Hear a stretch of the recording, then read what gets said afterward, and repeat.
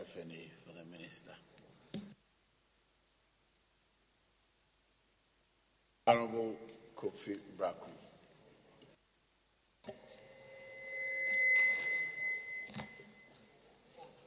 Thank you, Mr. Speaker, for the opportunity granted me to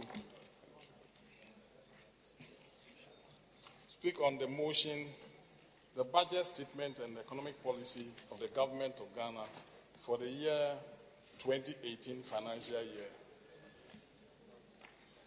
Ably given to us by Honorable Ken Oforiatta. Mr. Speaker, with your permission, I would like to read. Mr. Speaker, the theme for the 2018 budget is from stabilization to growth, putting Ghana back to work again. This theme was carefully chosen to reflect our own aspirations of igniting an entrepreneurial spirit within every Ghanaian and motivating them to go out there to work and earn a living and improve their lives. We plan on providing opportunity for as many Ghanaians as possible to initiate projects on their own. Mr. Speaker, His Excellency the President could not have chosen a better theme for this year's budget.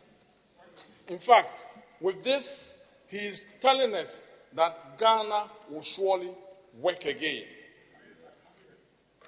Mr. Speaker, it is against this backdrop that I would like to zero in on the maritime and then aviation sectors. In order to meet the ever-growing demand of port clientele, the Takoradi Port has been embarked upon a major expansion and investment program. Mr. Speaker, in the light of these facilities, there will be a lot of container terminals. In fact, there will be dock for vessel repairs, and with it ranging from 10 to 16 meters. Mr. Speaker, on completion, manganese, bauxite, and clinker limestone and other bulk cargo will be transferred to the new bulk jetty. Mr. Speaker, there will also be a dedicated berth for the gas, that's for the gas hub, and it's going to be with a depth of 10 meters to cater for the supply of activities related to the oil industry. Mr. Speaker, I would like then to talk about what nearly brought down the Takoradi Port. Some time ago, this same NDC government wanted to build a port by name Atuabo Port. Mr. Speaker, that particular port was going to incapacitate Takoradi Port. Meanwhile, we had invested so much in Takoradi Port. Today, we thank God the NPP government is taking over, and for now, the oil and gas industry that we were working against, today it is going to work again, and people in Takoradi and the environs will get work to do. Mr. Speaker, additionally, as part of the expansion project, there's going to be a construction of a 300,000-ton container depot.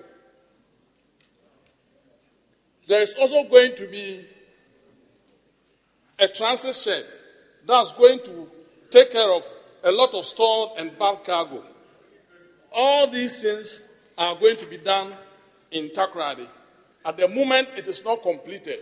But as soon as it's completed, I can assure you that Nana Adodankwa Ekufuado will do what? Will go and commission that project. That makes it continue. Yeah, say it. Mr. Speaker, I'll come back to my own backyard, Tema Harbor. Tema Harbor. At the moment, there's been a huge expansion in the port. Huge. It's huge. The fact of the matter is that, yes, it is President John Mahama who started it. No problem. Give them credit. But just last 2 weeks ago, I can assure you that because of the nature of President Akufo-Addo, yes, he went to visit the port. Yes. Just encourage them to let them know that he is in support of it. Yes. We will continue. Mahana started it, and we are going to continue. Yes. Because we are responsible. Yeah. Because we are responsible. We will not abandon any project that we know will benefit the people of Ghana. No. And so we are going to continue. Yes. And I can assure you that when this particular port is completed, they've already, as we speak to you now, they have reclaimed 100 hectares of land.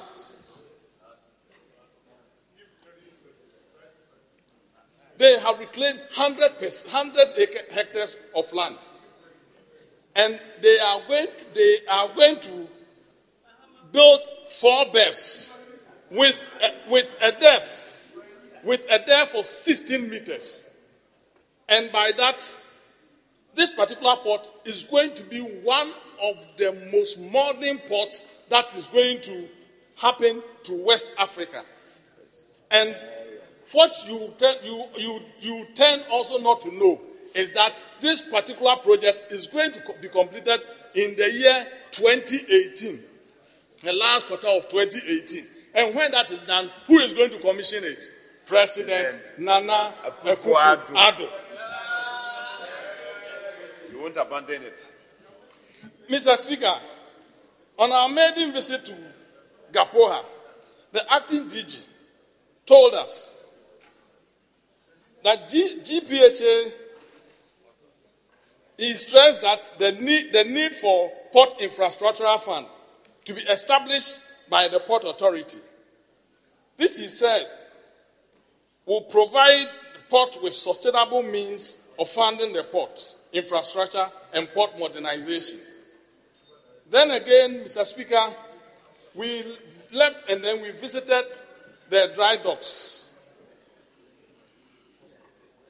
In spite of the deplorable state of machines that they were using, Mr. Speaker, at the dry docks, as we speak to you now, they had handled 28 vessels at the dry dock.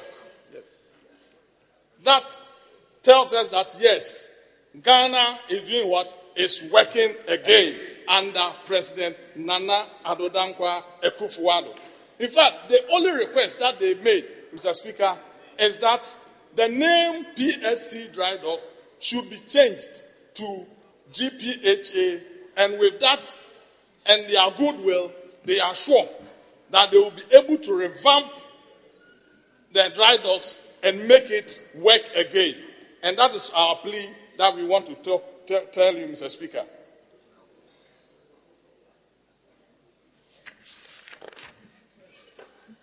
Mr. Speaker, the expansion and refurbishment of the Arrival Hall has been completed. And very soon, who will go and commission it? Nana Addo Dankwa Akufo-Addo. The construction of a new terminal was just 30% complete. At the moment, it's 57% complete. And that particular, what do you call it, terminal, Terminal 3, is going to, the terminal is expected to handle up to 5 million passengers per annum. And this is going to address congestion and the passenger and the discomfort of passengers will be protected. Again, Mr. Speaker, the aviation industry will commence the construction of a new terminal building and extension of the existing runway in Kumasi. Mr. Speaker, phase 2 of the Tamale Airport, made up of a modern 500 terminal building, approximately 5,000 meter square, that the heart terminal is also going to be completed in the year 2018. Mr. Speaker, construction of a Mr. Speaker, the construction of the KIA, that's the apron that carries 8 planes, has been completed, and Nana Dankwa Akufo-Addo is going to commission it. Yes. Mr. Speaker, as part of the government desire to make domestic travels by air attractive, we removed the 17.5%. And as we speak to you today, there has been a huge rise of 24% passengers as far as the local and domestic travel is concerned. Wow. What have we not done? Who's poor? Mr. Speaker, government has also given a policy approval for the establishment of the Ghana Airways. And ministry has taken up the challenge. Yes, the ministry will make Ghana work again. And we promise that with the very good management and Nana Akufo-Addo, the ministry will work again. Honourable member, conclude. In conclusion, Mr. Speaker, on the railway issue. You don't have the time to start another one. Please bring your conclusion. In conclusion, what I wanted to say is that the railway, Ministry. The railway ministry that was carved out was a special thing that was done to us. Yes. Initially, under NDC, they were given a paltry 10 million cedis a year. This time, we are giving them 544 million Ghana cedis. Yeah. What have we not done? Ghana will surely work again. Thank you, Mr. Speaker. Yes, Honourable Vice Chairman. Mr. Chairman, thank you for the opportunity to.